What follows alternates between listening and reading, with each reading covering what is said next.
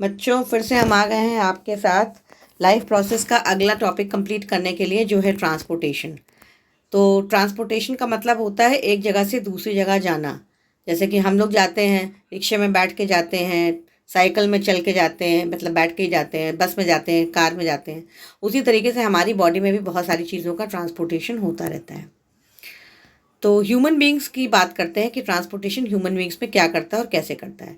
तो ये देखो, ये जो ब्लू में एक्टिविटी 5.7 है, इसका कोई बहुत रेलेवेंस नहीं है। इसको हम लोग स्किप करते हैं, आगे बढ़ते हैं, सीधे इस टेक्स्ट पे आते हैं।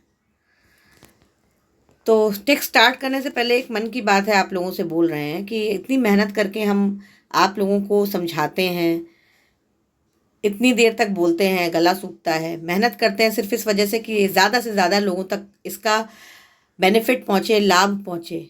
लेकिन आप लोग क्या करते हो, बहुत से बच्चे हैं, देखते हो, देख करके चले जाते हो और सब्सक्राइब नहीं करते हो। तो तकलीफ़ होती है बेटा, बहुत मेहनत से आप लोगों के लिए ही किया जा रहा है कि ये दूर दराज में, गांव में जो बच्चे हैं, एनसीईआरटी समझ नहीं आ रही है, जिनके पास पैसे नहीं है कोचिंग जाने के लिए, उनको दिक्कत होती है बायो समझने में, उनके लिए चैनल बनाया है। और आप लोग सब्सक्राइब करोगे तो चैनल फैलेगा, फैलेगा तो ये रीच उसकी बढ़ेगी और उन बच्चों को भी पहुंचेगा जिनको वाकई में इसकी ज़रूरत है। तो प्लीज़ ये एक मुहिम बना लो कि हम तो कर ही रहे हैं, आप भी अपना एफ़र्ट करो। कुछ नहीं करना है उस एफ़र्ट में, आपको सिर्फ एक सब्सक्राइब करना है। सब्सक्राइबर्स बढ़ेंगे तो आप लोगों के पास भी इन्फॉर्मेशन जाएगी और साथ में ये चैनल जो है स्प्रेड होगा। और जब स्प्रेड होगा तो ये बहुत दूर दूर तक पहुँचेगा, शायद उन लोगों तक भी जिनको वाकई में इसकी ज़रूरत है, और शायद वो आप लोगों को दुआ भी देंगे। तो प्लीज़, आप लोग देख के जाते हो, मुझे पता चलता है, देख लेते हो, लेकिन आप लोग सब्सक्राइब नहीं करते हो। तो देखने के बाद बस कुछ नहीं करना है आपको, जैसे चैनल ख़त्म हुआ, जैसे वीडियो ख़त्म हुआ, वैसे ही आपको बेल है, बेल के ऊपर आपको प्रेस कर देना है, तुरंत हो जाएगा, 1 मिनट का काम है।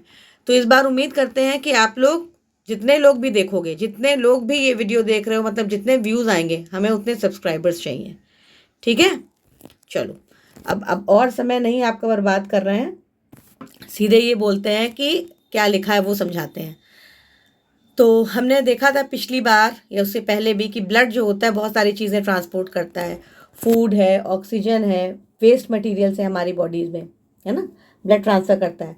और पिछले क्लासों में हमने ये भी जाना कि फ्लूइड जो होता है, ब्लड हमारा फ्लूइड कनेक्टिव टिश्यू है, क्योंकि लिक्विड है वो, फ्लूइड का मतलब होता है लिक्विड है, और कनेक्टिव टिश्यू क्या हुआ, जो जोड़ता है। ब्लड के अंदर एक फ्लूइड मीडियम होता है जिसको कहते हैं प्लाज्मा, जिसमें कि सेल्स जो होते हैं उसमें सस्पेंड होते हैं, मतलब पाए जाते हैं। प्लाज्मा क्या करता है, फूड है, कार्बन डाइऑक्साइड है, जितने भी वेस्ट हैं जो कि नाइट्रोजन युक्त वेस्ट हैं, उसको डिजॉल्व फॉर्म में एक जगह से दूसरी जगह लेके जाता है। ऑक्सीजन भी लेके जाता है रेड ब्लड सेल्स, बहुत सारी सब्सटेंसेस जैसे सॉल्ट्स हैं वो भी ट्रांसपोर्ट करता है। तो हमको एक पंपिंग ऑर्गन चाहिए ना, जिससे कि ब्लड को पुश हो सके पूरे बॉडी में। और कैसे, उसमें नलियाँ चाहिए, ट्यूब्स चाहिए, जिससे कि वो पूरे टिश्यूज़ में और पूरे बॉडीज़ में फैल सके। तो उसके लिए जो होता है हमारा पंप है, सेंट्रल पंपिंग ऑर्गन, जो कि एक हार्ट है। हार्ट क्या है, मुट्ठी के आकार का स्ट्रक्चर है, मस्कुलर ऑर्गन है। और चूंकि दोनों ऑक्सीजन और कार्बन डाइऑक्साइड को ट्रांसपोर्ट करना होता है ब्लड में, इसलिए हार्ट के पास अलग अलग चेम्बर्स होते हैं, जिससे क्या हो कि मिक्सिंग ना हो जाए ऑक्सीजन और कार्बन डाइऑक्साइड की। एक मिनट एक मिनट एक मिनट, थोड़ा सा हिल गया है, वापस आते हैं। 1 मिनट, पेशेंस रखो, पेशेंस रखो, पेशेंस रखो।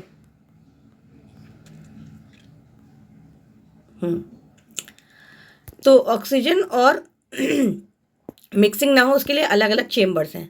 तो ऑक्सीजन रिच जो है, जो ब्लड होता है वो, मतलब अगर हार्ट तुम लोगों ने पढ़ा होगा तो उसको फिर से रिपीट करा देते हैं कि जो हार्ट है उसके अंदर 4 चेम्बर्स होते हैं। 4 चेम्बर्स का मतलब हुआ 2 ऊपर की ओर एट्रियम और 2 नीचे की ओर, उनको कहते हैं वेंट्रिकल्स। तो एट्रियम और वेंट्रिकल्स, अब उसमें जो हमारा हार्ट जो होता है वो एक एक्चुअली क्या होता है कि राइट और लेफ्ट साइड में डिवाइड होता है। हमारे हार्ट में डबल सर्कुलेशन है, वही आपकी बुक में आगे लिखा रहेगा। तो इसमें क्या होता है कि हार्ट में अलग अलग चेम्बर्स हैं, जिससे कि मिक्सिंग नहीं होगी। कार्बन डाइऑक्साइड रिच ब्लड को कहाँ देना होता है, लंग्स में देना होता है, प्योरीफाई करने के लिए, जिससे कार्बन डाइऑक्साइड रिमूव हो जाए। और ऑक्सीजनेटेड ब्लड को लंग से लेना पड़ता है। तो ऑक्सीजन रिच ब्लड जो है वो पंप होता है रेस्ट ऑफ द बॉडी में। तो हम लोग जो है इस प्रोसेस को स्टेप बाय स्टेप पढ़ेंगे ठीक से, जैसा कि बताया था। ऑक्सीजन रिच ब्लड जो होता है वो लंग्स में आता है to the thin walled upper chamber of the heart, वही ना लेफ्ट एट्रियम। तो जैसा बताया था कि हार्ट जो है दो साइड में बटा हुआ है, राइट और left. Right side deals with the deoxygenated blood, गंदे खून से, जो कि कार्बन डाइऑक्साइड वाला ब्लड है। और लेफ्ट साइड जो है डील करता है अच्छे ब्लड से, ऑक्सीजनेटेड ब्लड से, जो ऑक्सीजन युक्त ब्लड है। तो क्या होता है कि जो ऑक्सीजन रिच ब्लड लंग से ताज़ा ताज़ा आया वो ऊपर की तरफ लेफ्ट चेम्बर में आता है, लेफ्ट एट्रियम में सबसे पहले, ठीक है। तो एट्रियम जो होते हैं वो रिसीविंग चेम्बर्स होते हैं, मतलब वो लेने का काम करते हैं, और वेंट्रिकल्स पंप करने का काम करते हैं दोनों तरफ। तो लेफ्ट एट्रियम क्या करता है, रिलैक्स करता है जब वो ब्लड इकट्ठा करता है, मतलब फैला हुआ रहता है, खूब अच्छे से ब्लड आ जाए। और उसके बाद फिर वो कॉन्ट्रैक्ट करता है, और अगला जब कॉन्ट्रैक्ट करेगा तो ब्लड कहाँ चला जाएगा, लेफ्ट वेंट्रिकल में चला जाएगा। तो जब लेफ्ट वेंट्रिकल में चला जाएगा, फिर लेफ्ट वेंट्रिकल में जाता है तो वो रिलैक्स करता है जिससे कि ब्लड जो है उसमें आसानी से आ जाए। और मस्कुलर लेफ्ट वेंट्रिकल जब कॉन्ट्रैक्ट करता है तो ब्लड जो होता है बॉडी में पंप होता है ना। और उसके बाद डीऑक्सीजनेटेड ब्लड जो होता है वो बॉडी में कहाँ से आता है, अपर चेम्बर्स में आता है, राइट एट्रियम में। और वो जब वो रिलैक्स करता है, राइट एट्रियम कॉन्ट्रैक्ट करता है तो लोअर चेम्बर में पहुँचता है, राइट वेंट्रिकल में, फिर ये फैलता है, फिर ये ट्रांसफ़र करता है राइट वेंट्रिकल से सीधे सीधे लंग्स में पंप करता है ऑक्सीजनेशन के लिए। क्योंकि वेंट्रिकल्स को पंप करना पड़ता है ब्लड में अलग अलग ऑर्गन्स में, इसलिए इनकी मस्कुलर वॉल्स जो होती है मोटी होती है एट्रियम के मुकाबले। और इनके अंदर वैल्व्स भी लगे होते हैं जिससे कि बैकफ्लो ब्लड का ना हो। देखो हार्ट का चेम्बर है, ये दिखा हुआ है, इसमें देखो एओर्टा दिख रहा है ना सबसे ऊपर। तो यहाँ पे कंफ्यूज मत हो, फिर से समझो, लेफ्ट एट्रियम दिया है और इधर राइट एट्रियम दिया है, और लेफ्ट एट्रियम के ऊपर देखो पल्मोनरी आर्टरी दी है, पल्मोनरी वेन दी है, ठीक है। तो हम पहले सबसे पहले लेफ्ट एट्रियम की बात करते हैं, लेफ्ट साइड की बात करते हैं।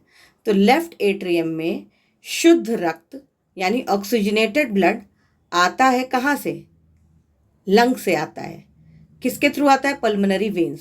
देखो जो हमारी ट्यूब्स हैं, हार्ट वेसल्स हैं, वो तीन तरह के होते हैं, आर्टरीज, वेन्स और कैपिलरीज। आर्टरी सबसे मोटी, वेन्स उससे पतली, कैपिलरीज सबसे पतली।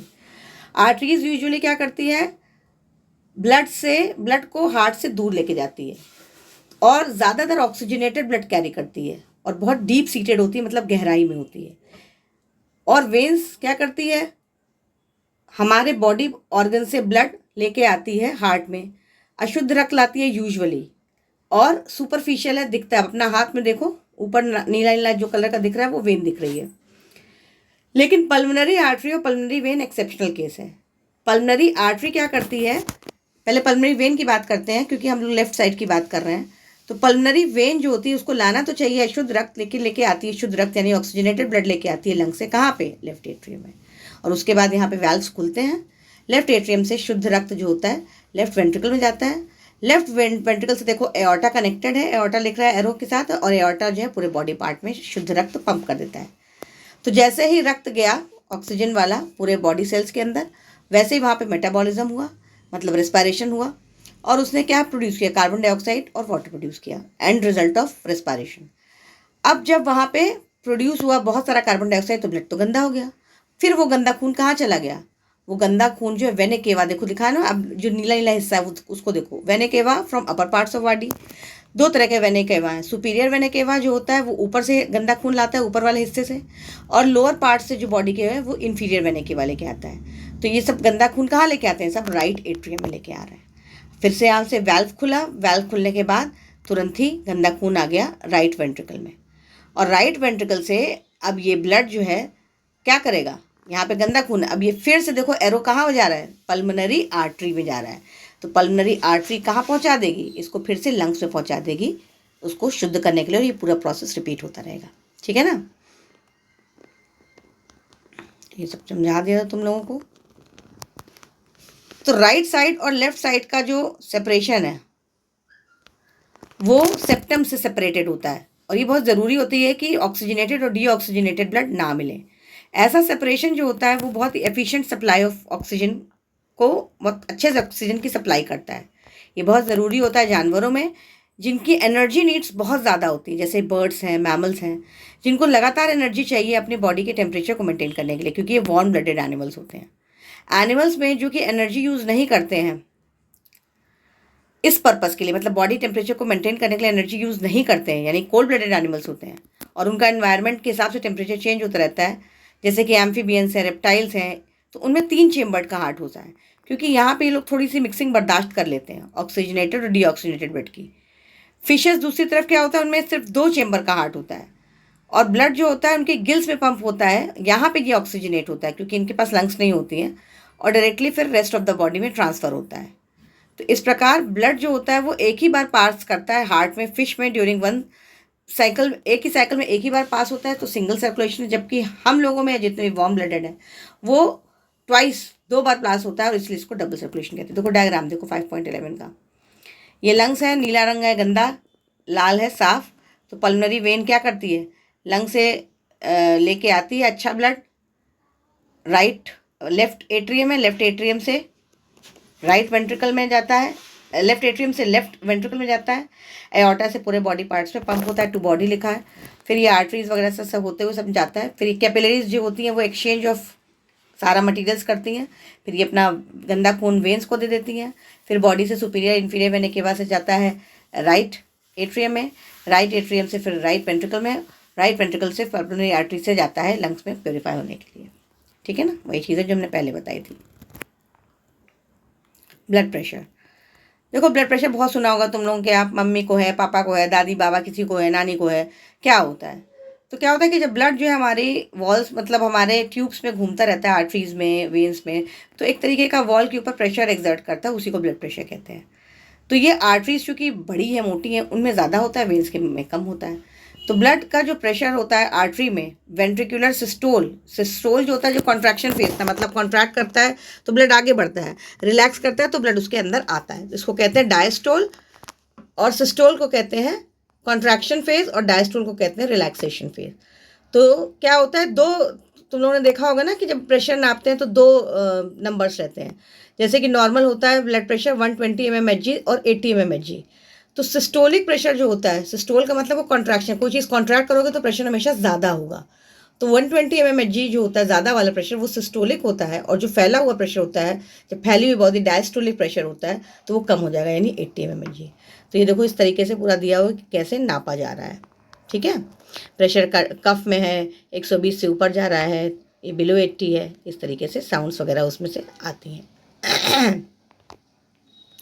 आज पता नहीं कैसे बार बार नीचे ऊपर हो जा रहा है।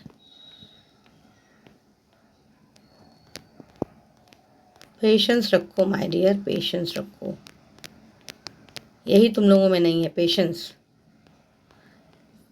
पढ़ाई लिखाई में बहुत सारे पेशेंस की ज़रूरत होती है, पेशेंट मत बन जाना, पेशेंस रखो। ट्यूब्स, ब्लड वेसल्स, ये हम पहले बता चुके हैं, वही चीज़ें इसमें बताई गई हैं कि आर्टरीज वेसल्स हैं जो कि ब्लड को अवे दूर लेके जाते हैं हार्ट से, अलग अलग बॉडी ऑर्गन्स में डिस्ट्रीब्यूट करने के लिए। अच्छा, ये नहीं बताया था कि ब्लड प्रेशर जो होता है स्फिग्नोमैनोमीटर से नापा जाता है। हाई ब्लड प्रेशर को हाइपरटेंशन भी कहते हैं। और ये आर्टीरियोल्स जो होते हैं यानी आर्टरीज के जो हिस्से होते हैं वो ज़्यादा कॉन्स्ट्रिक्ट, ज़्यादा सिकुड़ जाते हैं तो ब्लड प्रेशर जनरेट ज़्यादा हो जाता है। तो इससे जो होता है आर्टरी फट भी सकती है और इंटरनल ब्लीडिंग हो सकती है, इसलिए ब्लड प्रेशर कंट्रोल होना बहुत ज़रूरी होता है। तो आर्टरीज जैसे बताया कि ब्लड को अवे लेके जाती है, और वेन्स जो होती है वो कलेक्ट करती है ब्लड को टुवर्ड्स हार्ट लेके जाती है। आर्टरीज चूँकि देती है ब्लड इसलिए उसकी थिक वॉल्स होती है, वेन्स को थिक वॉल की ज़रूरत नहीं पड़ती है। तो ऑर्गन या टिश्यू में पहुंच के आर्टरी जो होती है छोटे छोटे वेसल्स में डिवाइड हो जाती है, और जो इंडिविजुअल सेल्स के कांटेक्ट में रहते हैं, स्मॉल वेसल्स की जो होती है वॉल्स होती है वो एक सेल की थिक होती है, और उनको क्या कहते हैं, कैपिलरीज कहते हैं। तो मटीरियल्स का जो एक्सचेंज होता है ब्लड और बगल वाले सेल्स के बीच में इसी थिन वॉल के थ्रू होता है कैपिलरीज की। कैपिलरीज जो है फिर जुड़ करके क्या बनाती हैं, वेन्स बनाती हैं, और यही गंदा खून जो है ऑर्गन या टिश्यू में वापस जाता है, मतलब ऑर्गन और टिश्यू से वापस होकर के हार्ट में जाता है और हार्ट से लंग्स में जाता है। अब अगर कोई जो हमारा ट्यूब्स हैं उसमें लीक हो जाए तो ब्लड बहता रहेगा, बिल्कुल वैसे ही है जैसे कि अगर हम पानी है ट्यूब से जा रहा है और उसमें छेद है तो पानी बहेगा। तो ऐसी सिचुएशन हो जब हम लोग को इंजरी हो जाती है तो हम लोग ब्लीडिंग करना शुरू कर देते हैं, तो जो ब्लड का जो लॉस होता है उसको मिनिमाइज़ करना पड़ता है। तो शुरुआत में क्या होता है, लीकेज से क्या होगा कि लगातार ब्लड में कमी आ जाएगी तो ब्लड प्रेशर कम हो जाएगा, और इससे क्या होगा, हमारे ब्लड को पंपिंग सिस्टम में दिक्कत आएगी। तो इसको अवॉइड करने के लिए ब्लड के आसपास प्लेटलेट सेल्स होते हैं नॉर्मली, जो पूरे बॉडी में सर्कुलेट करते हैं और इन लीक्स को प्लग कर देते हैं, जैसे प्लग लगा दिया जाता है तो उसमें से खून बहना बंद हो जाता है और ब्लड प्रेशर नॉर्मल हो जाता है। एक दूसरे तरीके का भी फ्लूइड होता है जो कि ट्रांसपोर्टेशन में इन्वॉल्व होता है, इसको लिम्फ या टिश्यू फ्लूइड कहते हैं। अब कैपिलरीज में छोटे छोटे पोर्स होते हैं, छेद होते हैं, तो थोड़ा सा जो प्लाज्मा प्रोटीन्स होती हैं, प्लाज्मा है, प्रोटीन्स है और ब्लड सेल्स है, उसमें से उन जगह से बाहर आ जाते हैं, टिश्यूज़ में आ जाते हैं और टिश्यू फ्लूइड बना लेते हैं, या लिम्फ कहते हैं। तो लिम्फ में क्या है, सब है, प्लाज्मा है, थोड़ी बहुत प्रोटीन्स है, थोड़े बहुत ब्लड सेल्स हैं, ये सब लिम्फ बनाते हैं। ये प्लाज्मा ही के जैसा होता है ब्लड का, क्योंकि वही निकल के आता है, लेकिन कलरलेस होता है क्योंकि रेड ब्लड सेल्स इसमें नहीं होते हैं और इसमें प्रोटीन्स की मात्रा भी कम होती है। लिम्फ जो होता है वो एक तरह का फ्लूइड होता है, जब वो इकट्ठा हो जाता है तो लिम्फेटिक कैपिलरीज उसको उसी में बहती हैं, इंटरसेलुलर स्पेसेस के बीच बीच में होती हैं, जो कि लार्ज लिम्फ वेसल्स को ज्वाइन करते हैं और लार्जर वेन्स में खुलते हैं। लिम्फ क्या करती है, डाइजेस्टेड और अब्जॉर्ब फैट को कैरी करती है इंटेस्टाइन से, और एक्सेस फ्लूइड जो बहुत ज़्यादा फ्लूइड हो जाता है प्लाज्मा वगैरह से, उसको एक्स्ट्रा सेलुलर स्पेस में डाल देती है और फिर वो उसको वापस ब्लड में डालता है, मतलब बैलेंस करके बनाए रखता है, बैलेंस बनाए रखता है फ्लूइड का, कि बहुत एक्स्ट्रा जो है वो ना हो। ठीक है ना, कहाँ पहुँच गए हम लोग, ट्रांसपोर्टेशन, पता नहीं क्यों आज ऊपर नीचे हो रहा है इतना। 1 मिनट बच्चों, 1 मिनट। मेंटेनेंस बाय प्लेटलेट्स, हाँ ये हम लोग पढ़ रहे थे, लिम्फ हो गया था। ट्रांसपोर्टेशन एंड प्लांट्स, ये तो एनिमल्स की बारी हो गई। प्लांट्स में क्या होता है, तो हम लोगों ने पहले पढ़ा था कि प्लांट्स जो होते हैं वो कुछ खास कंपाउंड्स लेते हैं, जैसे कार्बन डाइऑक्साइड हुआ फोटोसिंथेसिस के लिए, और क्लोरोफिल की मदद से फोटोसिंथेसिस होती है लीव्स में। दूसरे रॉ मटेरियल्स जो प्लांट बॉडीज़ को बनाते हैं वो भी अलग अलग लेना पड़ता है। प्लांट्स के लिए सॉइल जो है सबसे अच्छा सोर्स होता है रॉ मटेरियल्स का, कच्चे माल का, जैसे नाइट्रोजन है, फॉस्फोरस है, दूसरे मिनरल्स का भी। तो ये सब्सटेंसेस जो हैं वो एब्जॉर्ब होते रहते हैं, प्लांट उसको एब्जॉर्ब करता रहता है सॉइल की मदद से, और वो कैसे होते हैं, थ्रू रूट्स होते हैं। तो अगर डिस्टेंस जो है सेल्फ कॉन्टैक्टिंग ऑर्गन्स और क्लोरोफिल कंटेनिंग ऑर्गन्स का कम होगा तो एनर्जी और रॉ मटेरियल्स आसानी से डिफ्यूज़ कर जाएंगे। लेकिन अगर यही डिस्टेंस जो है बहुत बड़ा होगा, क्योंकि प्लांट बॉडी की डिज़ाइन में अगर चेंज होता है तो डिफ्यूजन प्रोसेस इतना कारगर नहीं होगी, कितनी दूर दूर तक वो रॉ मटेरियल्स लीफ से लेकर के आए दूसरी जगह पहुँचाएँ, या रूट से लेकर आए लीव्स तक पहुँचाएँ। तो एक प्रॉपर सिस्टम ट्रांसपोर्टेशन का होना बहुत ज़रूरी है ऐसी सिचुएशन में। एनर्जी की जो ज़रूरतें होती हैं वो अलग अलग बॉडी डिज़ाइंस में अलग अलग होती हैं। प्लांट्स चूँकि चलते नहीं हैं, मूव नहीं करते हैं, तो प्लांट बॉडी का जो डेड सेल्स हैं वो ज़्यादा हैं लिविंग सेल्स के मुकाबले। इसके फलस्वरूप प्लांट्स की एनर्जी नीड्स कम है हमारे मुकाबले, और ट्रांसपोर्ट सिस्टम भी धीमा है। डिस्टेंस जो होता है ट्रांसपोर्ट सिस्टम का वो भी बहुत ज़्यादा है, क्योंकि बड़े बड़े टॉल ट्रीज होते हैं, उसे बहुत दूर दूर तक पहुँचाना होता है। तो प्लांट ट्रांसपोर्ट सिस्टम जो है एनर्जी स्टोर्स को कहाँ से, लीव्स में फोटोसिंथेसिस से वहाँ खाना बना वहाँ से पहुँचाएगा, रॉ मटेरियल्स को रूट से पहुँचाएगा। तो ये दो पाथवेज जो होती हैं वो इंडिपेंडेंटली होती रहती हैं, ऊपर से नीचे, नीचे से ऊपर। तो एक जो होता है जाइलम, वो जो होता है वो पानी और मिनरल्स को सॉयल से लेता है रूट्स की मदद से और ऊपर लीव्स तक ले जाता है। और दूसरा फ्लोएम होता है, वो खाना बना हुआ जो होता है फोटोसिंथेसिस से लीव्स में, वो वहाँ से दूसरे प्लांट्स पे ले जाता है। तो ये जाइलम फ्लोएम आप लोग जानते होंगे अच्छे से। पानी का ट्रांसपोर्ट कैसे होता है, जाइलम टिश्यू में क्या होते हैं, कॉम्प्लेक्स टिश्यू है, जाइलम वेसल्स मिलते हैं, ट्रेकीड्स मिलते हैं, सब रूट्स में भी, स्टेम में भी, लीव्स में भी, और सब इंटरकनेक्टेड होते हैं पाइप की तरीके से, और कंटिन्यूअस सिस्टम बन जाता है वाटर कंडक्टिंग चैनल्स का। रूट्स में सेल्स जो होते हैं सॉइल में डायरेक्ट कॉन्टैक्ट में होते हैं, वो डायरेक्टली आयंस लेते रहते हैं। इससे एक डिफरेंस हो जाता है इन आयंस के कॉन्सेंट्रेशन के बीच में रूट और सॉइल के। तो क्या होता है, जब वहाँ ज़्यादा है यहाँ कम है तो हाइपरटोनिक सोल्यूशन बन जाता है। हाइपरटोनिक सोल्यूशन से क्या होता है, पानी अपने आप जो होता है बाहर से अंदर की ओर अब्जॉर्ब हो जाता है। तो वाटर क्या होता है, वो रूट के अंदर मूव कर जाता है फ्रॉम द सॉइल, इस डिफरेंस को कम करने के लिए। किसके डिफरेंस, सॉल्यूट के डिफरेंस को, जो कि सॉल्ट्स वगैरह अब्जॉर्ब कर रहा है प्लांट।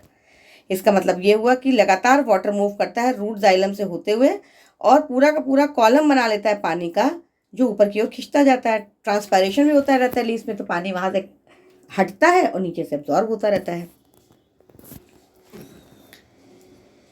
तो ये प्रेशर जो होता है वो इतना काफ़ी नहीं है कि वो इतनी दूर दूर तक पहुँचाए। तो प्लांट्स जो होते हैं दूसरी स्ट्रैटेजी भी यूज़ करते हैं पानी को मूव कराने के लिए हाईएस्ट पॉइंट तक।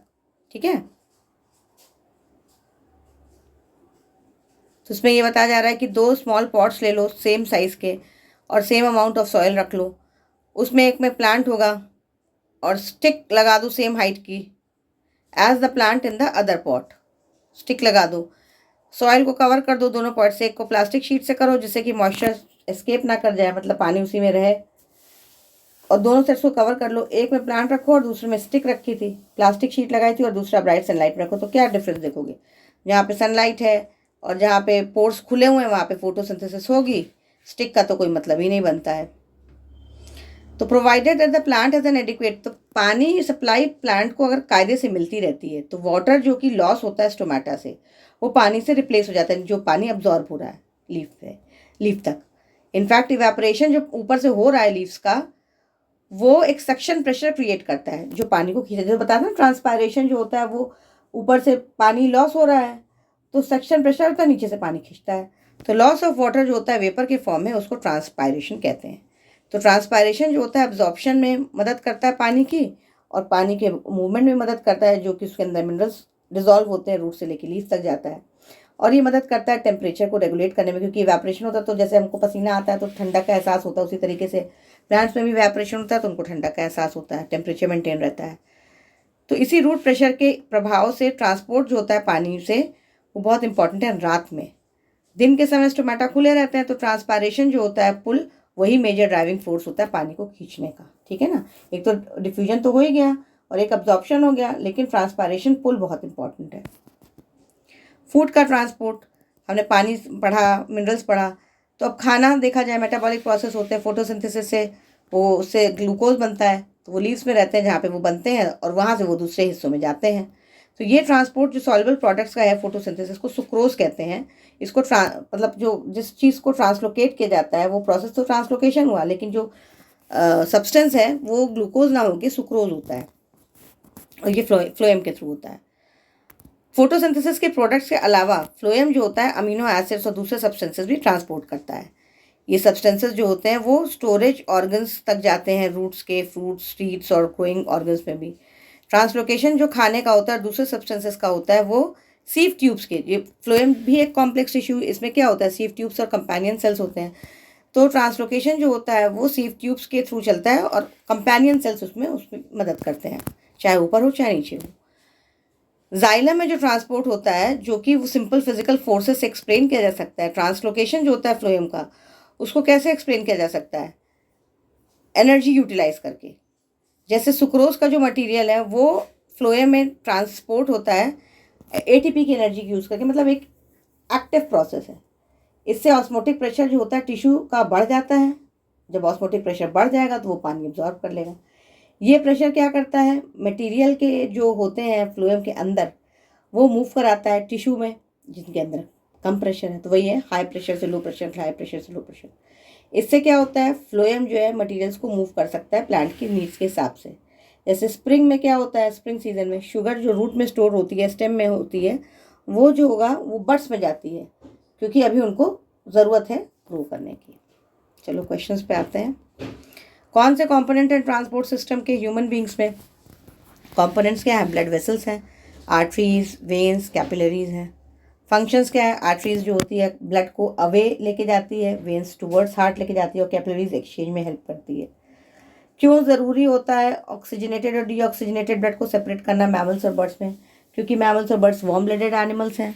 वार्म ब्लडेड एनिमल्स को अपना टेम्परेचर कंट्रोल करना पड़ता है, उसमें ज़्यादा एनर्जी की ज़रूरत पड़ती है, लगातार एनर्जी की ज़रूरत पड़ती है, और उसके लिए लगातार ब्लड को पंप करना पड़ता है, और मिक्सिंग नहीं होने पाती है। मिक्सिंग अगर हो जाएगा तो आधा टाइम तो उसको अलग करने में लगेगा, तो एनर्जी का लॉस होगा। कंपोनेंट्स क्या है ट्रांसपोर्ट सिस्टम के प्लांट्स में? जाइलम और फ्लोएम। जाइलम वाटर और मिनरल्स करता है, फ्लोएम फूड करता है in the form of sucrose. Water और मिनरल्स कैसे ट्रांसपोर्ट होते हैं, अभी अभी बताया था भाई। हाउ इज फूड ट्रांसपोर्ट, ये भी बताया था अभी, कि वाटर मिनरल्स जो होते हैं जाइलम में ट्रांसपोर्ट होते हैं। सक्शन प्रेशर बनता है ऊपर से, बड़े बड़े प्लांट्स में डिफ्यूजन भी होता है, सक्शन प्रेशर में नीचे से एब्जॉर्ब होता है, ऊपर से इवेपोरेशन और ट्रांसपायरेशन से जाता है, तो प्रेशर के थ्रू वो खिंचता चला जाता है। और फ्लोएम से बताया था कि वो खाना एब्जॉर्ब होता है, एक्टिव प्रोसेस है, एटीपी का यूसेज होता है। तो ये कुछ था। अब ये एक्सक्रीशन जो है नेक्स्ट टॉपिक है जो हम लोग कल करेंगे, लेकिन आप लोग मेरी बात ध्यान से सुनो, खूब अच्छे से पढ़ाई करो, वीडियोस देखो, लेक्चर्स देखो, कोई प्रॉब्लम हो तो कमेंट करो जो नहीं करते हो, और सब्सक्राइब सबसे इम्पॉर्टेंट है करो, जिससे कि आपको इन्फॉर्मेशन पहुँचे और उन बच्चों तक भी पहुँचे जिनको वाकई इनकी ज़रूरत है। तो आज आप लोग जितने लोग आओगे प्लीज़ उसको सब्सक्राइब ज़रूर कर लेना। ओके, ऑल द बेस्ट, पढ़ाई करते रहो।